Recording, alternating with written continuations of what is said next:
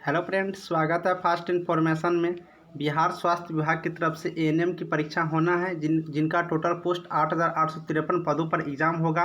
अब एग्ज़ाम बिल्कुल नज़दीक आ गया। अब एग्ज़ाम से 8 दिन पहले आप लोग को फिर से एक बार वीवीआई टेक्निकल क्वेश्चन हम करवाने आगे हैं। तो चलिए इस वीडियो के माध्यम से हम एकदम वीवीआई क्वेश्चन कराते हैं। साथ ही फ्रेंड, अगर इस वीवीआई क्वेश्चन का अगर आप लोग को पीडीएफ लेना हो तो मुझसे कांटेक्ट कर सकते हैं। पीडीएफ लेने के लिए आप लोग को एक कांटेक्ट नंबर दे देते हैं, उस नंबर पर आप कांटेक्ट करके ले सकते हैं। टेक्निकल क्वेश्चन का अगर आप लोग को पीडीएफ चाहिए तो इतना इस नंबर पर कांटेक्ट करें, नंबर डिस्क्रिप्शन में भी है। इस आपको क्वेश्चन पीडीएफ में 500 प्लस टेक्निकल क्वेश्चन मिल जाएगा, 500 प्लस टेक्निकल क्वेश्चन एएनएम का, जिसमें आपको प्रीवियस ईयर का क्वेश्चन भी डाला गया है। साथ ही में जो इंपॉर्टेंट क्वेश्चन लगा है वो इंपॉर्टेंट क्वेश्चन है। चार स्टेट का जो नर्स एग्जाम हुआ तो उस नर्स एग्जाम का क्वेश्चन इसमें इंक्लूडिंग है। तो ये इंपॉर्टेंट क्वेश्चन बिल्कुल है। व्हाट्सअप नंबर पर मुझे मैसेज कीजिए या कांटेक्ट कीजिए, और आप इस नंबर पर कांटेक्ट करके आप 500 प्लस ऑब्जेक्टिव क्वेश्चन का जो एएनएम का है टेक्निकल वो ले सकते हैं। बिल्कुल ऑब्जेक्टिव टाइप क्वेश्चन है। तो ये हम आपको नोटिस दे दिए। अब चलिए क्लास स्टार्ट करते हैं। तो फ्रेंड, हम आगे क्वेश्चन पर और आपको हम दिखाते हैं वेरी इंपॉर्टेंट क्वेश्चन के साथ टेक्निकल क्वेश्चन इस वीडियो के माध्यम से। तो आज का जो मेरा पहला क्वेश्चन है ये यहाँ से शुरू होगा कि मेडुला ऑब्लांगेटा में चोट के साथ भर्ती रोगी में शोषण का निम्न में से कौन सा पैटर्न देखा जाता है। क्वेश्चन समझने की कोशिश कीजिएगा। कह रहा है कि मेडुला ऑब्लांगेटा में चोट के साथ, अगर चोट लगा हुआ है, चोट के साथ भर्ती है रोगी, तो शोषण का निम्न में से कौन सा पैटर्न देखा जाता है। ऑप्शन क्या है? वायु की शोषण, चयनीय शोषण को रोकते हैं, कुसुमैला के शोषण, या ओपन ओस्टिक शोषण, अपने ओस्टिक शोषण। तो उसमें जो शोषण का पैटर्न देखा जाता है वो होता है वायु की शोषण। कौन सी शोषण? वायु की शोषण, यानी कि ऑप्शन ए यहाँ पर राइट आंसर हुआ। ऑप्शन ए, वायु की शोषण। चलिए नेक्स्ट क्वेश्चन देखते हैं हम लोग। 14 GIV कैनुला को रंग कोड से पहचाना जाता है। यहाँ पर क्वेश्चन लिखने वाला थोड़ा टाइप करने वाला थोड़ा मिस कर दिया है। कह रहा है 14 GIV कैनुला को किस रंग के कोड से पहचाना जा सकता है। तो 14 GIV कैनुला के जो रंग से जो पहचाना जाता है वो होता है नारंगी रंग के। नारंगी रंग का जो कोड होता है वो 14 GIV कैनुला को पहचानने के लिए होता है। तो यहाँ पर ऑप्शन नंबर ए यहाँ पर क्या हो जाएगा? राइट आंसर हो जाएगा। इस तरह से नेक्स्ट क्वेश्चन देखते हैं। नेक्स्ट क्वेश्चन है, जब नर्स बेहोश रोगी के लिए मुंह की देखभाल करती है तो कौन सा नर्सिंग हस्तक्षेप प्राथमिकता है। कह रहा है कि जब कोई नर्स है वो बेहोशी रोगी को मुंह की देखभाल करता है, किसका? तो मुंह का, तो कौन सा नर्सिंग हस्तक्षेप प्राथमिकता होता है। ऑप्शन देख लीजिए कौन सा प्राथमिकता होना चाहिए। एक सक्शन मशीन उपलब्ध रखे, ग्राहक को लापरवाह स्थिति में रखे, रोगी के दांतों को ब्रश करते समय बांस दस्ताने पहनाएं, रोगी को मसूड़ों को साफ करने के लिए उंगलियों की चारों ओर लपेटा हुआ धुंध का प्रयोग करें। तो यहाँ पर एक बेहोशी रोगी को मुंह की देखभाल करने के लिए जो प्राथमिकता होना चाहिए ये ए होना चाहिए राइट आंसर। एक सक्शन मशीन उपलब्ध रखना चाहिए उसको। चलिए नेक्स्ट क्वेश्चन देखते हैं। निम्नलिखित में कौन अशोषक सिवनी के लिए एक उदाहरण है। कह रहा है इन चार में से कौन अशोषक सिवनी के लिए एक उदाहरण है। तो इसमें जो अशोषक सिवनी के लिए जो उदाहरण है, ऑप्शन नायलन, विक्रल, कैटगट या सभी। तो इस चारों में से अशोषक सिवनी के लिए जो एक एग्जाम्पल है वो ए ऑप्शन हुआ, नायलन होता है। कौन सा होता है? नायलन, यानी कि राइट आंसर ए हो गया। नायलन जो होता है एक अशोषक सिवनी के लिए एक सिंपल सा एग्जाम्पल है। अगला क्वेश्चन देखते हैं। अगला क्वेश्चन कह रहा है, एक नर्स ऑपरेटिंग रूम में स्थानांतरण के लिए प्री ऑपरेटिव क्लाइंट तैयार कर रही है। नर्स को इस समय क्लाइंट की देखभाल में कौन सी कार्रवाई करनी चाहिए। क्वेश्चन बहुत सा अच्छा है। इस टाइप के क्वेश्चन बार बार पूछे जाते हैं।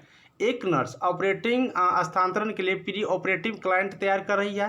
नर्स के इस समय क्लाइंट की देखभाल में कौन सी कार्रवाई करनी चाहिए। तो ऑप्शन देख लेते हैं। सुनिश्चित करें कि ग्राहक ने शून्य कर दिया है, सभी दैनिक दवाओं को प्रशासन करें, ऑपरेशन के बाद सांस लेने के व्यायाम का अभ्यास करें, या सत्यापित करें कि उसने पिछले 24 घंटों से नहीं खाया है। यानी कि यहाँ पर जो नर्स के द्वारा जो देखभाल करने की जो कार्रवाई होनी चाहिए वो इसका राइट आंसर हो जाएगा। तो वो उससे सुनिश्चित करना चाहिए नर्स को कि ग्राहक ने शून्य कर दिया है। यानी कि राइट आंसर अपना यहाँ पर ए हो गया। उससे सुनिश्चित करें कि ग्राहक ने क्या कर दिया? शून्य कर दिया है। अगला क्वेश्चन देखते हैं। एक नर्स समझती हैं कि वयस्क CPR के लिए निम्नलिखित में से कौन सी सही दिशा निर्देश है? वयस्क CPR के लिए यहाँ पर देखिएगा एक नर्स क्या समझती है एक वयस्क CPR के लिए इन चारों में से, ठीक है। तो एक वयस्क CPR के लिए जो एक नर्स समझती है उसका राइट आंसर क्या हो जाएगा? डी नंबर, यानी कि प्रत्येक बचाव सांस को ओवर दिया जाना चाहिए, प्रत्येक बचाव सांस को ओवर दिया जाना चाहिए। एक वयस्क CPR के लिए एक नर्स यही सही दिशा निर्देश को वहाँ पर देखती है। चलिए नेक्स्ट क्वेश्चन देखते हैं। नेक्स्ट क्वेश्चन ये है कि गैस्ट्रोएसोफेजियल रिफ्लक्स डिजीज कह रहा है, गैस्ट्रोएसोफेजियल रिफ्लक्स डिजीज से पीड़ित क्लाइंट के लिए अनुशंसित स्थिति है, यानी कि कौन सी एक अच्छा स्थिति है गैस्ट्रोएसोफेजियल रिफ्लक्स डिजीज पीड़ित रोगी के लिए, क्लाइंट के लिए? ऑप्शन क्या है? फाउलर की स्थिति, ट्रिंडनबर्ग की स्थिति, ट्रिंडनबर्ग की स्थिति के उलट दें, या सही पार्श्व स्थिति। तो इसका जो राइट आंसर होगा गैस्ट्रोएसोफेजियल रिफ्लक्स डिजीज के जो पीड़ित क्लाइंट के लिए जो अनुशंसित स्थिति होती है वो यहाँ पर सी हो जाएगा, यानी कि ट्रिंडनबर्ग की स्थिति को उल्टा दें। यहाँ पर उल्टा होगा, उल्टा दें, यानी कि राइट आंसर क्या हो जाएगा? सी यहाँ पर राइट आंसर हो जाएंगे। चलिए नेक्स्ट क्वेश्चन देखते हैं। नेक्स्ट क्वेश्चन कह रहा है एक नर्स नारोगैस्ट्रिक ट्यूब के सही स्थान का आकलन कर रही है।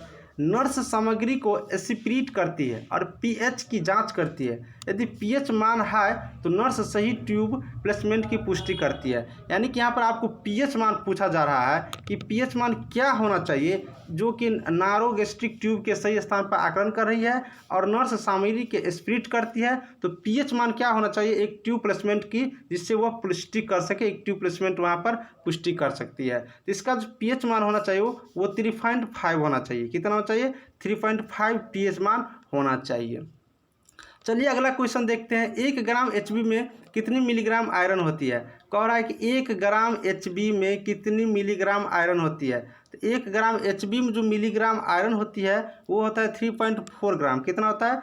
3.4 ग्राम मिलीग्राम आयरन होती है 1 ग्राम HB में। तो यहाँ पर राइट आंसर बी हो गया। 3.4 मिलीग्राम आयरन होती है 1 ग्राम HB में। अगला क्वेश्चन है निम्नलिखित में से कौन एक अनिवार्य टीका नहीं है? कह रहा इन चारों में से कौन एक अनिवार्य टीका नहीं है? इन चारों में से, तो इन चारों में से देख लेते हैं ऑप्शन खसरा कटिया, वेरिसेला, DPT, OPV। तो इन चारों में से जो एक इम्पोर्टेंट टीका नहीं है, अनिवार्य टीका नहीं है, वो OPV है। OPV का टीका उतना अनिवार्य नहीं है, लेकिन बाकी जो है खसरा की टीका, वेरिसेला के टीका या DPT की टीका, ये सारे बहुत ही अनिवार्य टीका हैं। चलिए अगला क्वेश्चन देखते हैं। निम्नलिखित में कौन एक जीवित छीन टीका नहीं है? निम्नलिखित में से कौन एक जीवित छीन टीका नहीं है? Option A OPV, BCG, TT, MMR। तो इन चारों में से कौन एक जीवित छीन टीका नहीं है? तो ऑप्शन सी TT जो एक टीका है जो कि एक जीवित छीन टीका नहीं है। और जीवित छीन टीका कौन कौन सी है? तो OPV, BCG, MMR, ये तीनों जीवित छीन टीका हैं। अगला क्वेश्चन ब्लीचिंग पाउडर में उपलब्ध क्लोरीन की प्रतिशत कितना है? ब्लीचिंग पाउडर में उपलब्ध क्लोरीन की कितना प्रतिशत उपलब्ध रहती है? ऑप्शन ए 23%, 33%, 35% या 43%। तो ब्लीचिंग पाउडर में जो क्लोरीन की प्रतिशत मात्रा उपलब्ध होती है वो 33% उपलब्ध होती है, 33%। अगला क्वेश्चन रक्त आधान के बाद निम्नलिखित में कौन सा इलेक्ट्रोलाइट असंतुलन अपेक्षित है? रक्त आधान के बाद इन चारों में से कौन सा इलेक्ट्रोलाइट असंतुलन अपेक्षित होता है? तो ऑप्शन देख लेते हैं।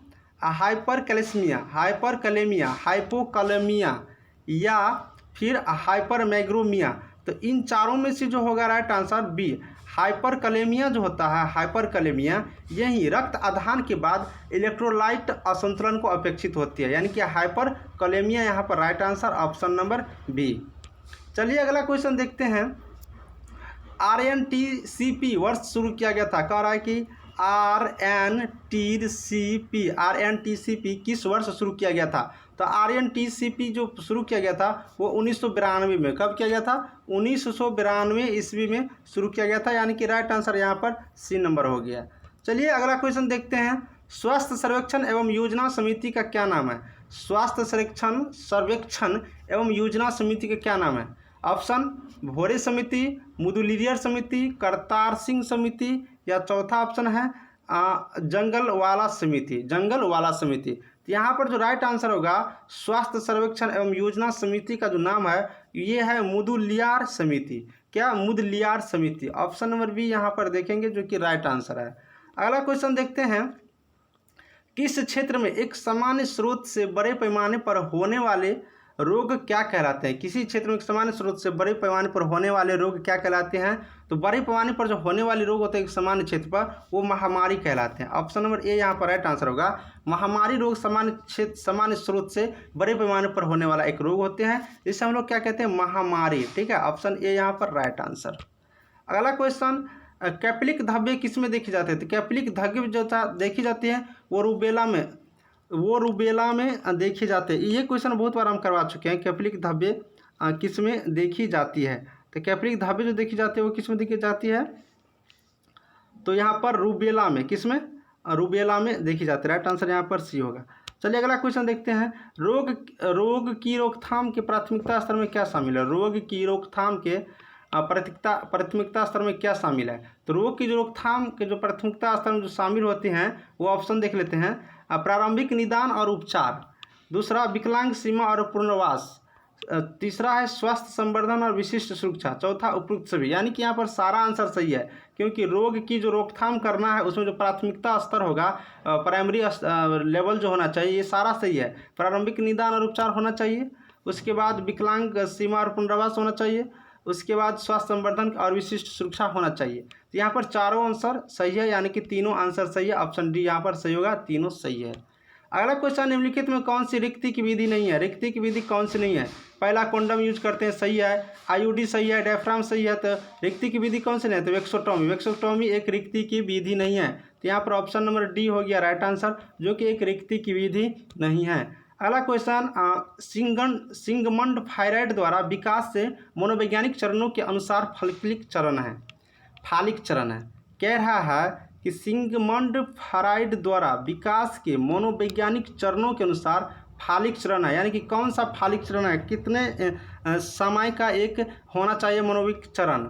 ठीक है, तो इसका क्या हो जाएगा राइट आंसर? राइट आंसर 3 से 6 साल हो जाएगा। यानी कि 3 से 6 साल एक चरण होता है, एक टाइम होता है। किसके लिए? सिगमंड फ्राइड द्वारा विकास के मनोवैज्ञानिक चरण का 3 से 6 साल होना चाहिए।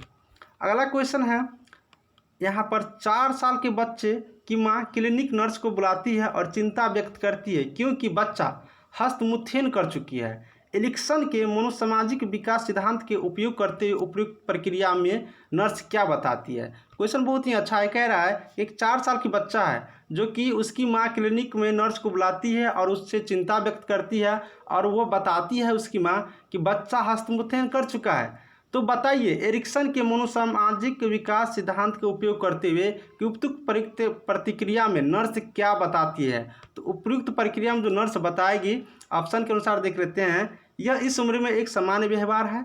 बच्चे आमतौर पर 8 साल से उम्र में यह व्यवहार शुरू कर देते हैं। यह एक सामान्य व्यवहार नहीं है। ऑप्शन डी कह रहा है यह व्यवहार शुरू करने के लिए बच्चा बहुत छोटा है और चिकित्सक से परामर्श लेना चाहिए। तो यह जो इसका जो राइट आंसर है वो ए नंबर है। यानी कि यह इस उम्र में एक सामान्य व्यवहार है। एक जब अच्छा खासा उम्र हो जाता है तो उस उम्र में सामान्य व्यवहार है, जिससे बच्चे क्या करता है? हस्तमुथेन शुरू कर देते हैं। ठीक है, तो यही नर्स उसको बताती है और उसे चिंता से बाहर करती है। चलिए नेक्स्ट क्वेश्चन का आंसर देखते हैं। एक नर्स श्वसन संक्रमण और नोट्स के साथ 12 महीने के शिशु के महत्वपूर्ण लक्षणों का आकलन करती है। श्वसन दर 35 श्वसन प्रति मिनट है। इस निष्कर्ष के आधार पर कौन सी कार्यवाही उचित होगा? तो 35 श्वसन प्रति मिनट है। इस निष्कर्ष पर जो आधार पर उचित कार्यवाही होना चाहिए वो हो जाएगा निष्कर्ष का दस्तावेजीकरण। निष्कर्षों का दस्तावेजीकरण, यानी कि राइट आंसर यहाँ पर सी नंबर हो जाएगा। अगला क्वेश्चन है, सार्वजनिक स्वास्थ्य केंद्र कितनी आबादी के लिए होता है? तो सार्वजनिक स्वास्थ्य केंद्र जो होता है वो 20,000 से 30,000 आबादी के लिए होता है। याद रखेंगे 20,000, 20K से 30K, यानी कि 20,000 से 30,000 आबादी के लिए सार्वजनिक स्वास्थ्य केंद्र होते हैं। ऑप्शन नंबर ए यहाँ पर राइट आंसर। अगला क्वेश्चन है, स्कर्वी से ग्रसित रोगी को अधिक विटामिन सी युक्त आहार देना किसका उदाहरण है? तो स्कर्वी से ग्रसित रोगी को अधिक विटामिन सी देना जो एग्जाम्पल है वो आहार चिकित्सा का है। किसका है? आहार चिकित्सा का। तो यहाँ पर right answer option number D हो जाएगा। आहार चिकित्सा का एग्जाम्पल है स्कर्वी से ग्रसित रोगी को अधिक विटामिन सी युक्त आहार देना। अगला क्वेश्चन है, निम्न में से सर्वाधिक ग्राही रक्त समूह कौन सा है? तो सिंपली सा है, ए बी जो है, निम्नलिखित में से सर्वाधिक ग्राही रक्त समूह कौन सा है? तो सर्वाधिक ग्राही रक्त समूह ए बी यहाँ पर राइट आंसर हो गया, ऑप्शन नंबर ए सर्वाधिक ग्राही रक्त समूह है। अगला क्वेश्चन देखते हैं, निम्न में से मानव रक्त किसमें पाए जाने वाले पोषक पदार्थ क्या है?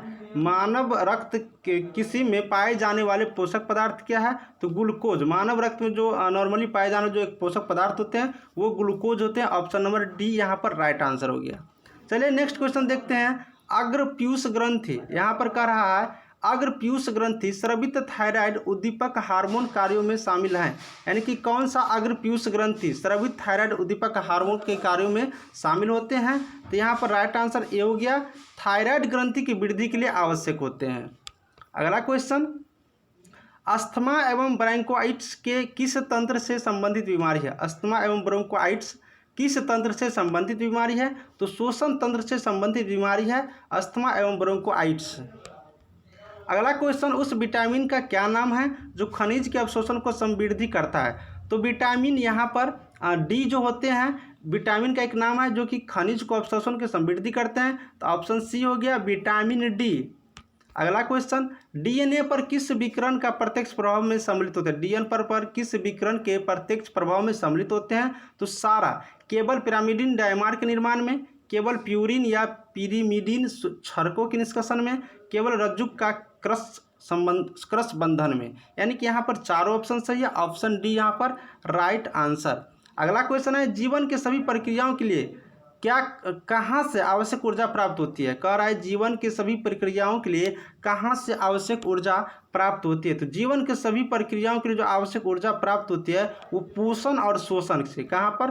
पोषण और शोषण से, यानी कि ऑप्शन नंबर बी यहाँ पर राइट आंसर। तो फ्रेंड आज की वीडियो में इतना ही, क्वेश्चन समझ दीजिए, हम बैक टू बैक क्लास फिर आज एक बार लेके आएंगे, इसके बाद जीके के क्लास लेकर आएंगे। आप लोग वीडियो जरूर देखिएगा, और ये पीडीएफ अगर आप लोग परचेज करना चाहते हैं, इसमें 500 प्लस सब्जेक्टिव क्वेश्चन है, तो डिस्क्रिप्शन में मोबाइल नंबर है, कॉन्टैक्ट करिए व्हाट्सएप पे, या फिर हम यहाँ पर लिख देते हैं 8789694229 इस नंबर पर आप कांटेक्ट करिए, और फटाफट आप लोग अपना नोट्स ये मंगा सकते हैं अपने मोबाइल पर, और घर बैठे आराम से 500 प्लस सब्जेक्टिव क्वेश्चन जो कि क्वेश्चन बैंक की तरह है बिल्कुल पढ़ सकते हैं। तो मिलेंगे अगले वीडियो में, जीके क्लास से लेकर तुरंत आते हैं बैक टू बैक, पढ़ते रहिए फास्ट इन्फॉर्मेशन पर। Thank you for watching.